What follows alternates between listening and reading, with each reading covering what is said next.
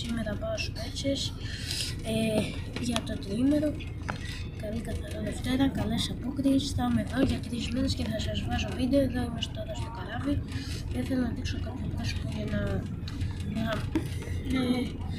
ξέρετε για τους λόγους πνευματικών δικαιωμάτων και ακριβώς δεν έχω ιδέα. Γι' αυτό είναι το βίντεο. Τώρα κάποιοι μιλάνε θέλω να το κάνω μεγαλύτερο. Εκεί είναι ένα εστιατόριο που πηγαίνω σε αρκετά συχνά.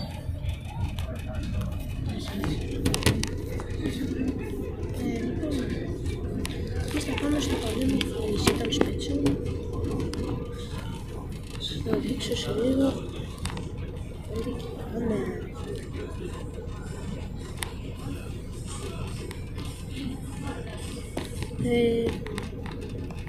Ναι, τώρα θα πάμε, θα φύγει αυτός μπροστά τώρα και ξέρει κιόλας μεγάλα σαμπάνι.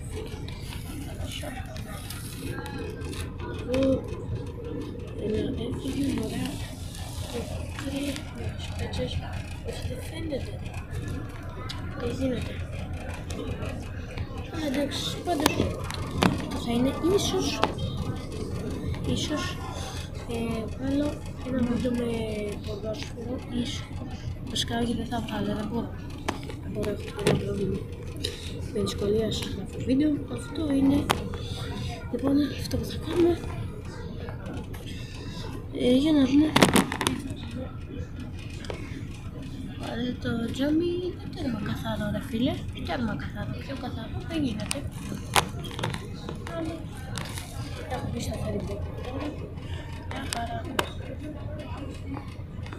Γεια σας και τα λέμε στο επόμενο βίντεο, ίσως σήμερα, ίσως αύριο, ίσως μεθαύριο, ίσως και τις 3 μέρες και ένα θάλασσα.